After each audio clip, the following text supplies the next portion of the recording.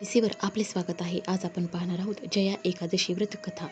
ओम नमो भगवते वासुदेवाय नमः. युधिष्ठिरांनी विचारले, भगवन कृपा करून हे सांगा की माघ महिन्यात कृष्ण पक्ष शुक्ल पक्षात कोणती एकादशी येते, तिचा विधी काय आहे आणि त्या व्रतात कोणत्या देवतेची उपासना केली जाते? भगवान श्रीकृष्ण म्हणाले, राजन, माघ महिन्याच्या शुक्ल पक्षात जी एकादशी येते तिचे नाव जया आहे. ती सर्व पापांचे हरण करणारी उत्तम तिथी आहे. ही पवित्र असून पापांचा नाश करणारी आहे आणि मनुष्याला भोग आणि मोक्ष प्रदान करते. एवढेच नव्हे तर ती ब्रह्महत्येसारख्या पापांचा व पिशाच्या तत्वाचाही नाश करणारे आहे. हे व्रत केल्याने मनुष्याला कधी प्रेत योनीत जावे लागत नाही. यासाठी राजन, प्रयत्नपूर्वक जया नावाच्या एकादशीचे व्रत केले पाहिजे. एकेकाळची गोष्ट आहे.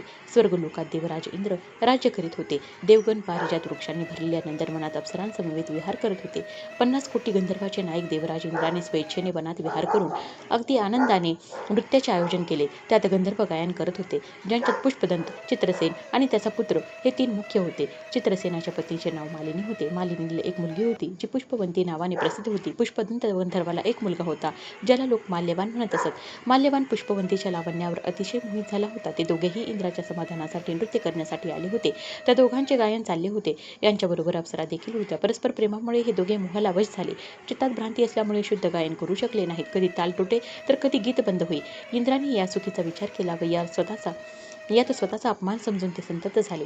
या दोघांना शाप देऊन ते म्हणाले, अरे मूर्खांनो, तुम्हा दोघांचा धिक्कार आहे. तुम्ही लोकपतेत आणि माझ्या आज्ञेचे उल्लंघन करणारे आहात. म्हणून पती पत्नीच्या रूपात राहून पिशाच्य बना. इंद्राने अशा प्रकारे शाप दिल्यानंतर या दोघांनाही खूप दुःख झाले. ते हिमालय पर्वतावर निघून गेले आणि पिशाची योनी प्राप्त करून दुःख भोगू लागले. शारीरिक पातकातून आलेल्या तापाने दुःखी होऊन दोघेही पर्वतांच्या गुहांमध्ये फिरत असत. एके दिवशी पिशाच्य पत्नी पिशाचिनीला म्हणाली, आपण कोणते पाप केले आहे ज्यामुळे ही पिशाची योनी मिळाली? नरकाचे दुःख खूप भयंकर आहे. तसेच पिशाची योनीही खूप दुःखदायक आहे. म्हणून पूर्ण प्रयत्न करून पापापासून स्वतःला वाचवले पाहिजे. अशा प्रकारे चिंताग्रस्त होऊन ते दोघेही दुःखामुळे सुकून चालली होती. दैवयोगाने त्यांना माघ महिन्यातील एकादशी तिथी प्राप्त झाली. जया नावाची प्रसिद्ध तिथी ही सर्व तिथींमध्ये उत्तम आहे. त्या दिवशी त्या दोघांनी सर्व प्रकारच्या आहाराचा त्याग केला. जलपान सुद्धा केले नाही. कोणत्याही जीवाची हत्या केली नाही. एवढेच नव्हे तर फळ सुद्धा सेवन केले नाही. सतत दुःखाने त्रस्त होऊन ते एका पिंपळाच्या झाडाजवळ बसून राहिले. सूर्यास्त झाला. त्यांचे प्राण घेणारी भयंकर रात्र झाली. त्यांना झोप आली नाही. ते रती किंवा इतर कोणतेही सुख घेऊ शकले नाही. सूर्योदय झाला. द्वादशीचा उपवास उघडला. अशा प्रकारे त्या पिशाच्यांद्वारे जयाच्या उत्तम व्रताचे पालन झाले. त्यांनी रात्री जागरणही केले होते. त्या व्रताच्या प्रभावाने व भगवान विष्णूंच्या शक्तीने त्या दोघांचे पिशाचत्व दूर झाले. पुष्पवती व माल्यवान आपल्या पूर्वत रूपात आले. त्यांच्या हृदयात तोच जुना स्नेह उचंबळत होता. त्यांच्या शरीरावर पूर्वीप्रमाणेच आभूषणे शोभून दिसत होती. ती दोघे सुंदर रूप धारण करून विमानात बसली आणि स्वर्गलोकात निघून गेली. तेथे देवराज इंद्रासमोर जाऊन दोघांनी खूप प्रसन्नतेने त्यांना नमस्कार केला. त्यांना या रूपात आलेले पाहून इंद्राला खूप आश्चर्य वाटले. त्यांनी विचारले, सांगा, कोणत्या पुण्याच्या प्रभावाने तुम्हा दोघांचे पिशाचत्व नष्ट झाले?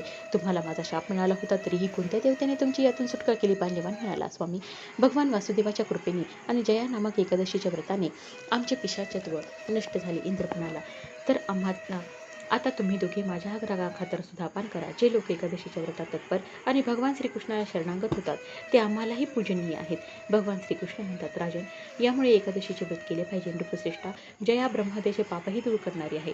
ज्याने जयाचे व्रत केले त्याने सर्व प्रकारची दाने दिली आणि सर्व यज्ञांचे अनुष्ठान केले. या महात्म्याच्या श्रवणाने व पठणाने अग्निष्टोम यज्ञाचे फळ मिळते. ओम नमो भगवते वासुदेवाय नमः.